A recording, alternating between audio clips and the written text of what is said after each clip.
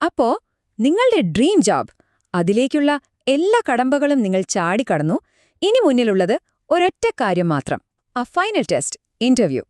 ഒന്ന് ആലോചിച്ച് നോക്കിയേ, ആ ഒരൊറ്റ മീറ്റിംഗ് ചിലപ്പോ അതായിരിക്കും നിങ്ങളുടെ ഫ്യൂച്ചർ തന്നെ തീരുമാനിക്കുന്നത്. അപ്പോ പിന്നെ ആ ഒരു നിമിഷത്തെ എങ്ങനെ നല്ല കോൺഫിഡൻസോടെ നേരിടാം, എങ്ങനെ അതൊരു വിജയമാക്കി മാറ്റാം? വാ, നമുക്ക് നോക്കാം. ഇതൊന്ന് ശ്രദ്ധിച്ചു കേൾക്കണം. നിങ്ങളുടെ ആപ്ലിക്കേഷൻ ഭയങ്കര സ്ട്രോങ് ആയിരിക്കാം, റെസ്യൂമെ കിടിലനായിരിക്കാം, പക്ഷേ ഇന്റർവ്യൂവിൽ ഉഴപ്പിയാൽ കഥ കഴിഞ്ഞു. ആ പേപ്പറൊക്കെ നേരെ വേസ്റ്റ് ബിന്നിലേക്ക് പോകും. അത്രയുള്ളൂ. അതുകൊണ്ട് നമ്മൾ മനസ്സിലാക്കേണ്ട ഒരു കാര്യമുണ്ട്. ഇന്റർവ്യൂ എന്ന് പറയുന്നത് ഒരു കലയാണ്. അതിലൊരു മാസ്റ്റർ ആവുന്നത് സത്യം പറഞ്ഞാൽ നിങ്ങളുടെ കരിയറിലെ ഏറ്റവും വലിയൊരു ഇൻവെസ്റ്റ്മെന്റ് ആയിരിക്കും. അപ്പൊ ശരി, ഈ ഇന്റർവ്യൂയിലേക്കുള്ള നമ്മുടെ ടിക്കറ്റ് എന്താണ്? എവിടുന്നാ ഇതിന്റെയൊക്കെ തുടക്കം? ഒറ്റൊരു ഡോക്യുമെന്റിൽ നിന്നാണ്, നിങ്ങളുടെ CV, അതായത് കരിക്കുലം വിറ്റ്. അപ്പോ എന്താണ് CV? സിമ്പിളായിട്ട് പറഞ്ഞാൽ, നിങ്ങൾ പഠിച്ച കാര്യങ്ങൾ, നിങ്ങളുടെ എഡ്യൂക്കേഷൻ, പിന്നെ നിങ്ങൾ ചെയ്ത ജോലികൾ, നിങ്ങളുടെ വർക്ക് എക്സ്പീരിയൻസ്, ഇതിന്റെയൊക്കെ ഒരു ചുരുക്കരൂപം. ഇതിന് നമ്മൾ റെസ്യൂമേ എന്നും പറയും. നിങ്ങളുടെ കഴിവും എക്സ്പീരിയൻസുമൊക്കെ ഒരാളുടെ മുന്നിൽ അവതരിപ്പിക്കാനുള്ള ഏറ്റവും നല്ലൊരു വഴിയാണിത്. ഒരു CV എന്ന് പറഞ്ഞാൽ വെറും ഒരു പേപ്പർ കഷ്ണമല്ലാട്ടോ. അത് നിങ്ങളാണ്, നിങ്ങളുടെ ഒരു പ്രതിനിധി. നിങ്ങളുടെ കഴിവുകളും നേട്ടങ്ങളുമൊക്കെ ഏറ്റവും ബെസ്റ്റായിട്ട് കാണിക്കാനുള്ള ഒരു മാർക്കറ്റിംഗ് ടൂളാണത്. പിന്നെ ഒരു കാര്യം, CV എഴുതാൻ ഇതാണ് ശരിയായ വഴിയെന്നൊന്നുമില്ല. അതിന് പ്രത്യേകിച്ചൊരു ഫോർമുലയൊന്നുമില്ല. ഏറ്റവും പ്രധാനം എന്താണെന്നറിയോ? ഇത് നിങ്ങളുടെ ഡോക്യുമെന്റാണ്. നിങ്ങൾക്കിഷ്ടമുള്ള രീതിയിൽ നിങ്ങളുടെ കഴിവുകൾക്ക് പ്രാധാന്യം കൊടുത്ത് അത് ഡിസൈൻ ചെയ്യാം. നിങ്ങളുടെ സ്റ്റോറി പറയാനുള്ള ഒരു ചാൻസ്, അത്രയുള്ളൂ. ഓക്കേ, അപ്പോ CV അയച്ചു, ഇന്റർവ്യൂവിന് വിളിച്ചു. ഇനിയെന്താ അടുത്ത സ്റ്റെപ്പ്? പ്രിപ്പറേഷൻ. നല്ലോണം ഹോംവർക്ക് ചെയ്യണം. ഏതൊരു കാര്യത്തിന് ഇറങ്ങുമ്പോഴും നല്ല തയ്യാറെടുപ്പ് വേണല്ലോ.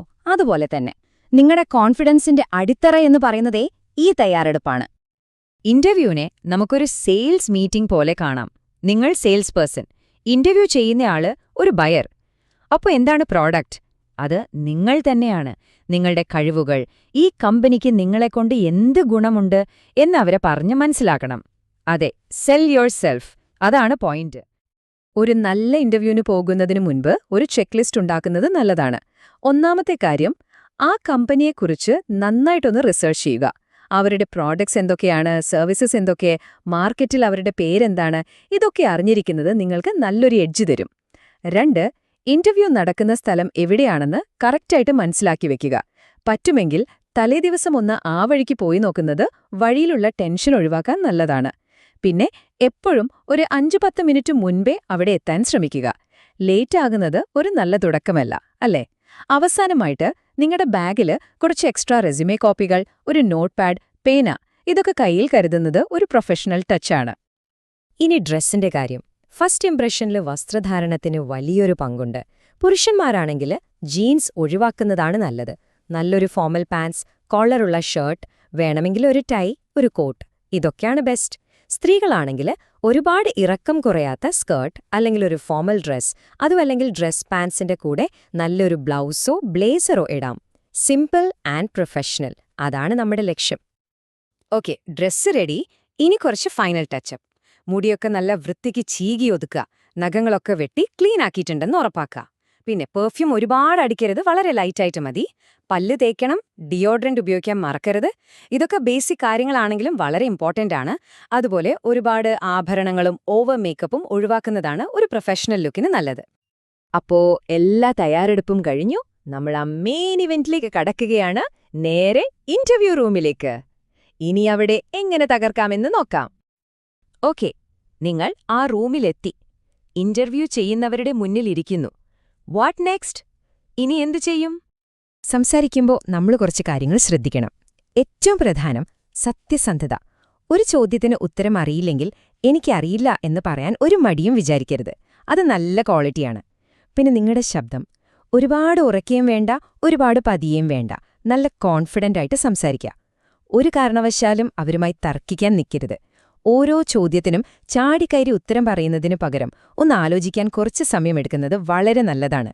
പറ്റുമെങ്കിൽ സംസാരിക്കുമ്പോൾ ഇന്റർവ്യൂ ചെയ്യുന്നവരുടെ പേര് 1-2 തവണ ഉപയോഗിക്കുന്നത് ഒരു കണക്ഷൻ ഉണ്ടാക്കാൻ ഹെൽപ്പ് ചെയ്യും. നിങ്ങൾ പറയുന്ന വാക്കുകൾ പോലെ തന്നെ പവർഫുള്ളാണ് നിങ്ങളുടെ ബോഡി ലാംഗ്വേജും. അതുകൊണ്ട് എപ്പോഴും നിവർന്നിരിക്കുക, കൂനിപ്പടിച്ചിരിക്കരുത്. പിന്നെ അവർ സംസാരിക്കുമ്പം ശരിക്കും ശ്രദ്ധിക്കുക. Active listening. നിങ്ങളുടെ മുഖത്തും പെരുമാറ്റത്തിലുമൊക്കെ ഒരു ഉത്സാഹം, ഒരു എനർജി കാണിക്കണം. ചോദ്യം ചോദിക്കുന്ന ആളുടെ കണ്ണിൽ നോക്കി സംസാരിക്കുക. പേടിക്കണ്ട, നിങ്ങളുടെ നാച്ചുറലായിട്ടുള്ള പേഴ്സണാലിറ്റി പുറത്തു വരട്ടെ. അത് അവർക്ക് നിങ്ങളിൽ കൂടുതൽ വിശ്വാസം തരും. വീണ്ടും പറയാണ്, സത്യസന്ധതയുടെ കാര്യം മറക്കരുത്. കാരണം നിങ്ങൾ അവിടെ പറയുന്ന ഓരോ കാര്യവും ഒരുപക്ഷെ ആ ജോലി കിട്ടിക്കഴിഞ്ഞാൽ നിങ്ങൾ ജീവിക്കേണ്ട റിയാലിറ്റി ആയിരിക്കും. ഒരു കള്ളം പറഞ്ഞിട്ട് ഒരു ജോലി കിട്ടിയിട്ട് എന്ത് കാര്യം, അല്ലേ? അത് നമുക്ക് സമാധാനം തരില്ല. ഒരു ഇന്റർവ്യൂ എങ്ങനെ തുടങ്ങുന്നു എന്നതുപോലെ തന്നെ പ്രധാനമാണ് അത് എങ്ങനെ അവസാനിപ്പിക്കുന്നു എന്നതും. ആ അവസാന നിമിഷങ്ങൾ വളരെ ക്രിട്ടിക്കലാണ്. അപ്പോൾ അവിടെ എങ്ങനെ ഒരു ലാസ്റ്റിംഗ് ഇംപ്രഷൻ ഉണ്ടാക്കാം? സാധാരണയായി എല്ലാ ഇന്റർവ്യൂവിന്റെയും അവസാനം കേൾക്കുന്ന ഒരു സ്ഥിരം ചോദ്യമുണ്ട്. ഓക്കെ, നിങ്ങൾക്ക് ഞങ്ങളോട് എന്തെങ്കിലും ചോദിക്കാനുണ്ടോ? ഇതൊരു സുവർണ അവസരമാണ്. ഇല്ല, ഒന്നുമില്ല എന്ന് പറഞ്ഞ് അവസാനിപ്പിക്കരുത്. പകരം കുറച്ചുകൂടി സ്മാർട്ടായി മറുപടി കൊടുക്കാം. ഇങ്ങനെ പറയാം, ഈ ഇന്റർവ്യൂ വളരെ ഇൻഫർമേറ്റീവ് ആയിരുന്നു. ഞാൻ ചെയ്ത റിസർച്ചും ഇതും വെച്ച് എനിക്ക് കമ്പനിയെക്കുറിച്ച് നല്ലൊരു ഐഡിയ കിട്ടി. എന്നിട്ട് ഇനി ഭാവിയിൽ എന്തെങ്കിലും സംശയം വന്നാൽ വിളിച്ചു ചോദിച്ചോട്ടെ എന്നൊരു അനുവാദം ചോദിക്കാം. കൂട്ടത്തിൽ ഈ ജോലിക്ക് വേണ്ട എന്റെ പ്രധാന കഴിവുകൾ ഇന്നതൊക്കെയാണെന്ന് ഒന്നുകൂടി അവരെ ഓർമ്മിപ്പിക്കാനുള്ളൊരു അവസരം കൂടിയാണിത്. ഇനി എണീറ്റ് പോരുന്നതിനു മുൻപ് 2 കാര്യങ്ങൾ കൂടി. ഒന്ന്, അവിടെയുള്ള എല്ലാവർക്കും അവരുടെ സമയത്തിനും ഈ അവസരത്തിനും ആത്മാർത്ഥമായി നന്ദി പറയുക. ഒരു താങ്ക്യുവിന് വലിയ വിലയുണ്ട്. 2, പോരുന്നതിന് തൊട്ടുമുൻപ് ഓരോരുത്തർക്കും നിങ്ങളുടെ റെസ്യൂമയുടെ ഫ്രഷ് കോപ്പി ഓരോന്ന് കൊടുക്കുക. ഇത് നിങ്ങളെ അവരുടെ ഓർമ്മയിൽ നിർത്താൻ സഹായിക്കും. ഒരു പ്രോ ടിപ്പ്. നിങ്ങളുടെ കയ്യിലുള്ള റെസ്യൂമേ കോപ്പികളോ മറ്റ് ഡോക്യുമെന്റ്സോ ഇന്റർവ്യൂ തുടങ്ങുമ്പോഴേ കൊടുക്കരുത്. എന്തുകൊണ്ടാണെന്നറിയോ? നിങ്ങൾ സംസാരിക്കുമ്പോൾ അവരുടെ ശ്രദ്ധ മുഴുവൻ ആ പേപ്പറിലായിരിക്കും. അതുകൊണ്ട് അവരുടെ മുഴുവൻ ശ്രദ്ധയും നിങ്ങളിൽ തന്നെ കിട്ടാൻ വേണ്ടി എല്ലാ സംസാരവും കഴിഞ്ഞ് അവസാനം മാത്രം ഹാൻഡൌട്ടുകൾ കൊടുക്കുക. അപ്പോ നമ്മൾ മനസ്സിലാക്കേണ്ടതിതാണ്, നിങ്ങളുടെ CV, നിങ്ങളുടെ സ്കിൽസ്, നിങ്ങളുടെ അച്ചീവ്മെന്റ്സ് ഇതൊക്കെ എത്രത്തോളം പ്രധാനമാണോ അത്ര തന്നെ പ്രധാനപ്പെട്ട ഒന്നാണ് ഇന്റർവ്യൂ എന്ന ടെക്നിക്. ഇതൊരു ലോട്ടറിയൊന്നുമല്ല, ഇതൊരു സ്കില്ലാണ്. ആർക്കും പഠിച്ചെടുക്കാവുന്ന, പ്രാക്ടീസ് ചെയ്ത് മെച്ചപ്പെടുത്താവുന്ന ഒരു കഴിവ്.